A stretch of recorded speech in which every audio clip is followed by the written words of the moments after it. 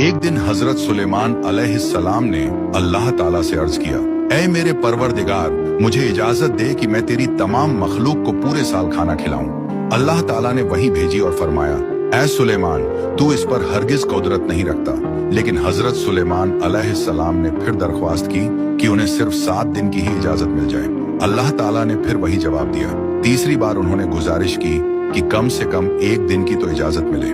اس بار اللہ تعالیٰ نے اجازت دے دی۔ حضرت سلیمان علیہ السلام نے اپنی حکومت کے تمام جنات اور انسانوں کو حکم دیا کہ جتنے بھی حلال جانور ہیں سب کو جمع کر لیا جائے۔ بڑی بڑی دیگیں تیار کی گئیں، جانوروں کو ذبح کر کے پکایا گیا اور ہواؤں کو حکم دیا گیا کہ وہ دسترخوان پر نرم اور دھیمی چلیں تاکہ کھانا خراب نہ ہو۔ پھر ایک اتنا بڑا دسترخوان بچھایا گیا کہ اگر کوئی اس کا ایک سرا پکڑ کر چلتا تو دوسرے سرے تک پہنچنے میں 1 مہینہ لگ جاتا۔ جب سب کچھ تیار ہو گیا تو اللہ تعالیٰ کی طرف سے وحی آئی، اے سلیمان، تو سب سے پہلے کسے دعوت دے گا؟ حضرت سلیمان علیہ السلام نے کہا، یا اللہ، میں سمندر کے جانوروں سے شروع کروں گا۔ اللہ تعالیٰ نے سمندر کی سب سے بڑی مچھلی کو حکم دیا کہ وہ حضرت سلیمان علیہ السلام کی دعوت قبول کرے۔ مچھلی نے سر اٹھایا اور کہا، اے سلیمان، میں نے سنا ہے کہ آج آپ نے ہمیں دعوت دی ہے، کیا یہ سچ ہے؟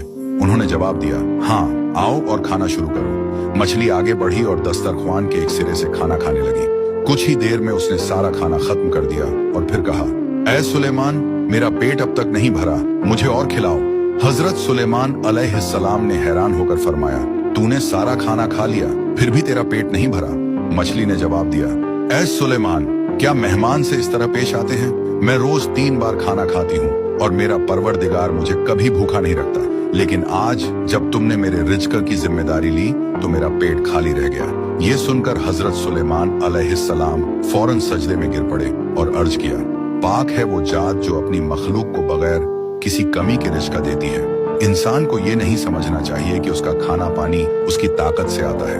بے شک سچا رزق دینے والا صرف اللہ ہی ہے۔ اس لیے ہمیں چاہیے کہ ہمیشہ اللہ پر بھروسہ رکھیں اور اسی سے رزق کی دعا کریں۔